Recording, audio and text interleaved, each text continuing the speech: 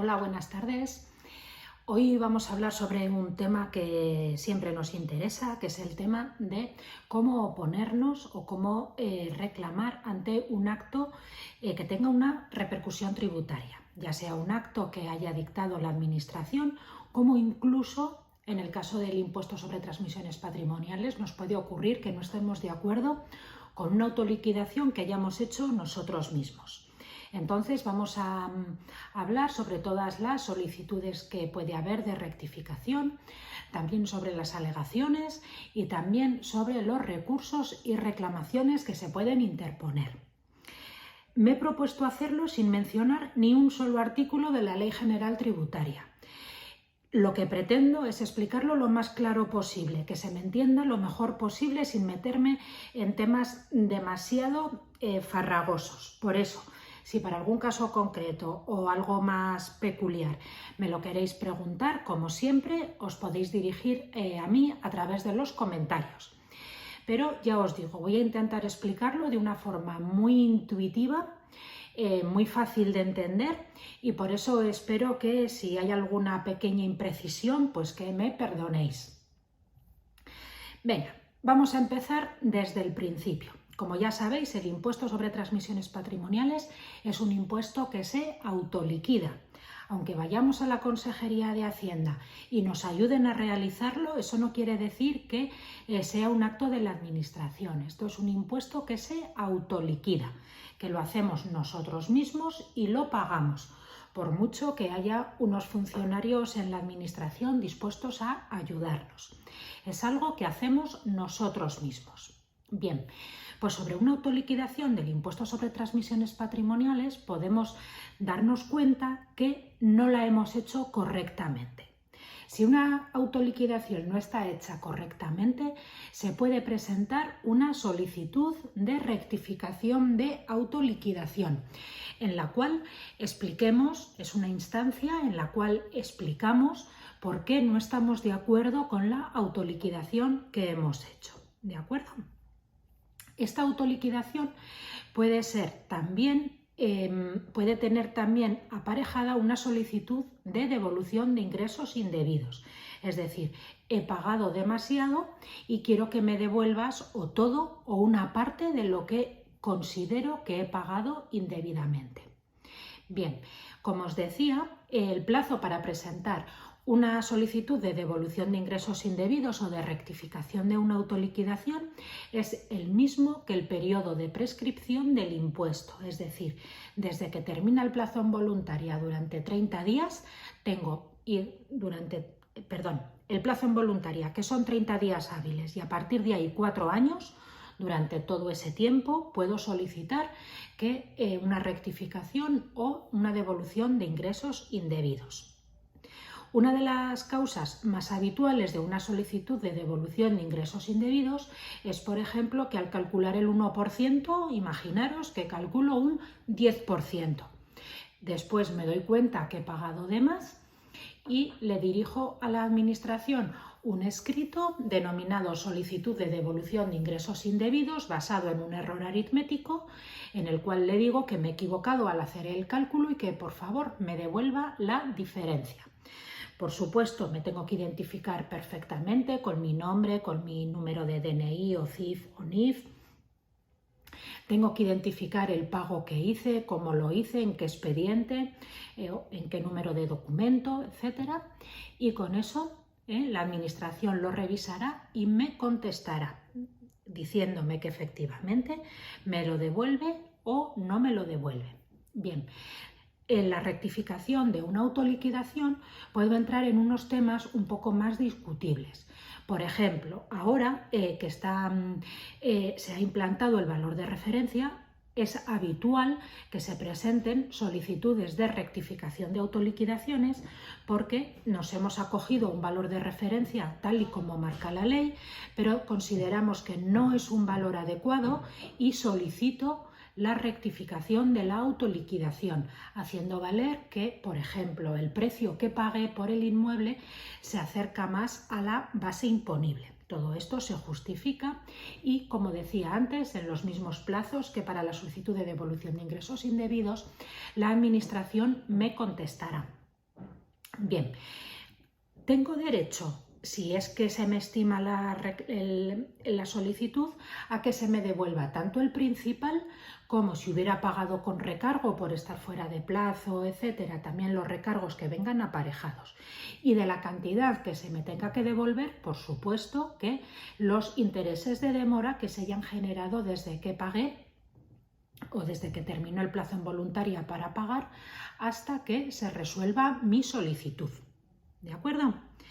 Como os decía, esto es un procedimiento que hay para rectificar una autoliquidación que he hecho yo mismo, o en el caso de una asesoría o una gestoría que han hecho para un cliente, ¿de acuerdo? Pero no es respecto a un acto de la administración, es respecto a una autoliquidación. Bien, contra la respuesta que nos dé la Administración en estas solicitudes, por supuesto que se puede interponer un recurso potestativo de reposición o incluso una reclamación económico-administrativa si es que no estamos de acuerdo. Esto que os digo, los recursos de reposición y las reclamaciones económico-administrativas son los recursos habituales en las liquidaciones del impuesto sobre transmisiones patrimoniales. Es decir, cuando la Administración me gira una liquidación, que en principio va a ser provisional, una liquidación complementaria provisional, tengo derecho, por supuesto, a interponer unos recursos. Estos recursos, en principio, pueden ser el recurso potestativo de reposición, puesto que no cabe el recurso de alzada, puesto que ponen fin a la vía administrativa. Entonces, sí que se puede interponer un recurso potestativo de reposición. Como ya sabéis, el recurso potestativo de reposición se interpone ante el mismo órgano que dictó la liquidación o la resolución, que es la que vamos a recurrir, y en un plazo de un mes, contado desde el primer día siguiente a que se me notifica la liquidación, un mes de día a día. Esto está todo en la Ley General Tributaria y los recursos en principio se parecen bastante a toda la normativa en general administrativa. No obstante, la Ley General Tributaria los desarrolla y explica cualquier peculiaridad que pueda haber. Bien, entonces, como decíamos, el recurso de reposición en el plazo de un mes a contar desde el día siguiente en que la Administración me notifica la liquidación, que todavía es provisional. Entonces, bueno, pues puedo argumentar lo que considere, por supuesto, identificar todo perfectamente. Y también se nos da la vía de interponer una reclamación económico-administrativa. La reclamación económico-administrativa, aunque se interponga en la misma Dirección General de Tributos, va dirigida al Tribunal Económico Administrativo.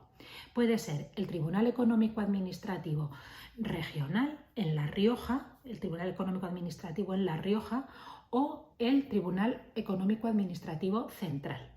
Para el impuesto de transmisiones, que es un impuesto cedido, ambos tribunales están dentro de la administración del Estado, no son el Tribunal Económico Administrativo propio de La Rioja, porque este sería solo para los tributos propios.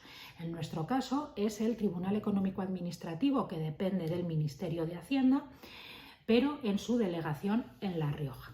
O al central. Esto es una cuestión de competencias en cuanto a primera o única instancia, que tiene que ver con las cantidades que afectan al importe de las cantidades de las liquidaciones. Bien, pero el tratamiento es muy similar.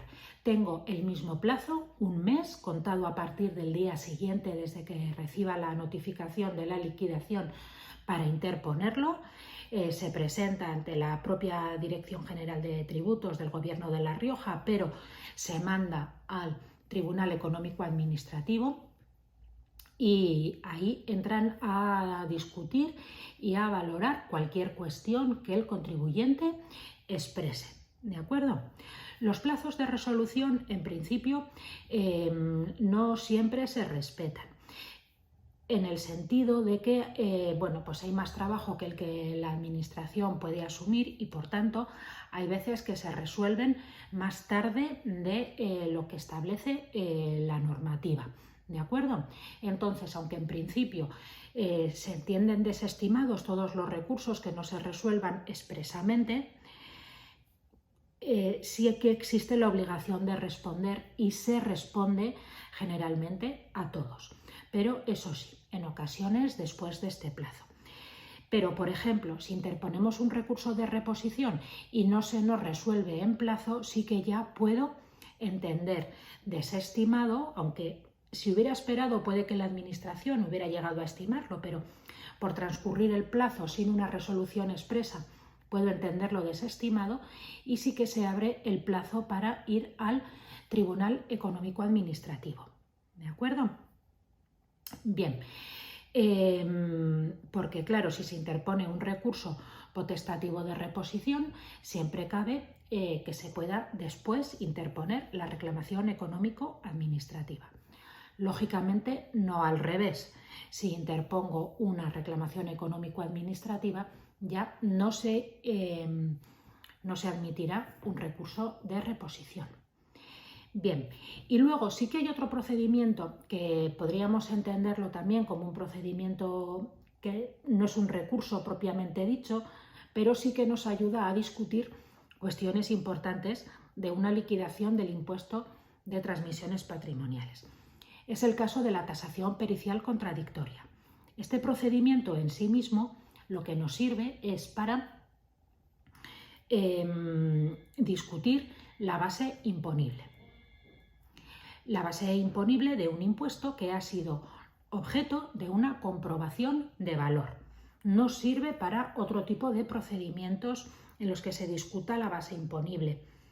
Es para los que se ha procedido a una comprobación de valor. Un día haré una explicación específica y más larga sobre este procedimiento, pero básicamente consiste en que,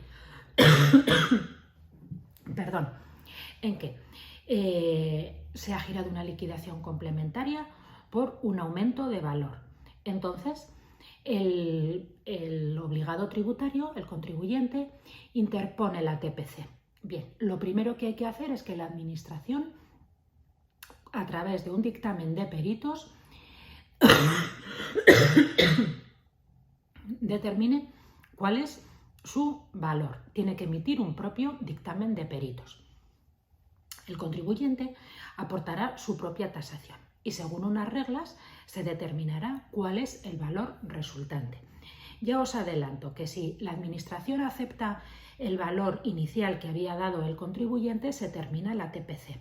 Y si la diferencia entre ambas valoraciones, la de la administración y la del perito de parte, es menor, la diferencia entre ellas es menor de un 10%, se considerará adecuada la del contribuyente.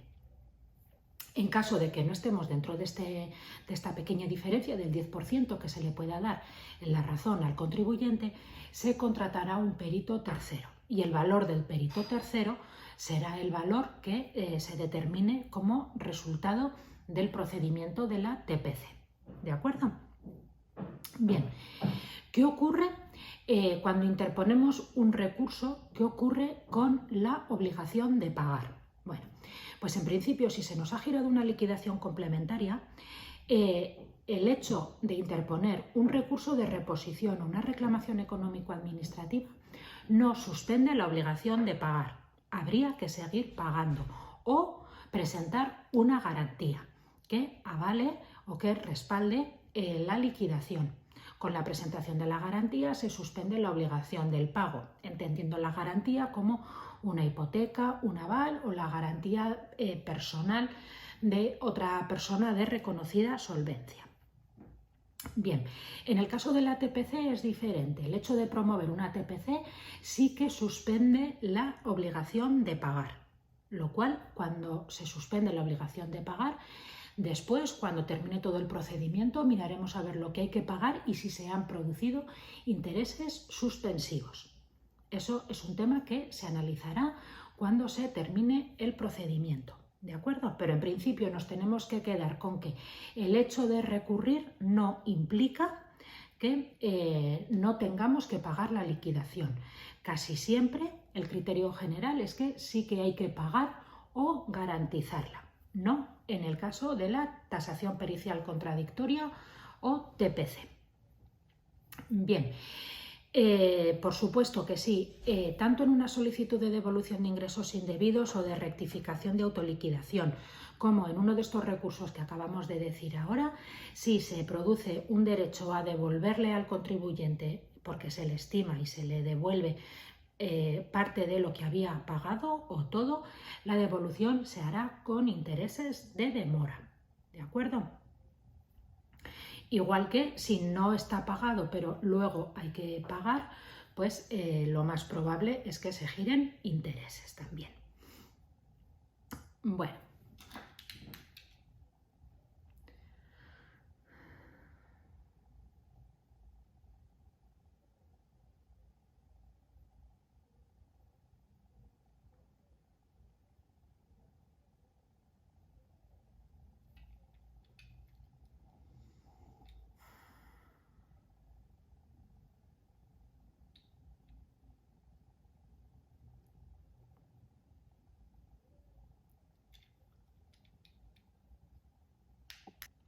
Y no me quiero olvidar tampoco de la fase de alegaciones. Todos los procedimientos tributarios que emplea la Administración para emitir una liquidación provisional complementaria se incluyen una fase previa a la terminación, una fase intermedia, que es el trámite de audiencia a los interesados. Es decir, siempre que la Administración tiene previsto girar una liquidación complementaria, primero hay un paso anterior, obligado siempre por la Ley General Tributaria, que nos dice que habrá que ponerlo de manifiesto al contribuyente y dándole la oportunidad de realizar las alegaciones que considere. Yo siempre recomiendo hacer las alegaciones, puesto que, como es un acto de mero trámite y todavía la liquidación está en fase de propuesta de liquidación, todavía no hay que pagar, está muy bien conocer el punto de vista de los interesados por si se les puede estimar, porque si se puede estimar nos evitamos tener que presentar un recurso posterior que además al interesado le acarrea la obligación, como hemos dicho antes, en general de pagar o de presentar una garantía. Por eso es conveniente que si nos vamos a oponer a la liquidación nos opongamos antes, porque así bueno, pues se podría evitar, la Administración podría estimar nuestras pretensiones antes de tener la obligación que pagar. Por eso ya os digo que suele ser muy recomendable. Además, independientemente del plazo para hacer las alegaciones, si las hago fuera de ese plazo inicial que me ha dado la Administración en la propuesta de liquidación, si todavía la Administración no ha dado el siguiente paso, es decir, no ha emitido la liquidación provisional, aunque se haya terminado ese plazo, debe tenerlas en cuenta. Por lo tanto, más vale tarde que no presentarlas. En principio, aunque las presente tarde, la Administración las debe tener en cuenta. ¿De acuerdo? Y también quería hacer una breve referencia a que todas estas otras cuestiones que no tienen una repercusión tributaria, pero que sí que tienen que ver con la gestión o con cualquier ámbito del impuesto, sí que la Comunidad Autónoma de La Rioja, igual que otras, tienen un libro de quejas y sugerencias, donde siempre se pueden hacer aportaciones y expresar lo que se considere. Pero una queja por escrito en el libro de quejas y sugerencias no es lo mismo que un recurso. Es decir, que si yo quiero oponerme a una liquidación, tengo que presentar un recurso. Eso no quita para que pueda ser interesante el que quiera presentar una queja o una sugerencia con cualquier aspecto que considere que sería conveniente mejorar. Y eso es todo lo que os tenía que contar sobre este tema, como os he prometido, desde un punto de vista muy superficial y muy coloquial. Cada vez que tengáis que veros en esta situación, por supuesto, conviene revisar bien la Ley General Tributaria, lo que se exige para cada caso y ponernos mucho más minuciosos. Pero también tenéis la opción de los comentarios para que me preguntéis lo que consideréis, si es vuestro caso. Así que muchas gracias y hasta el próximo vídeo.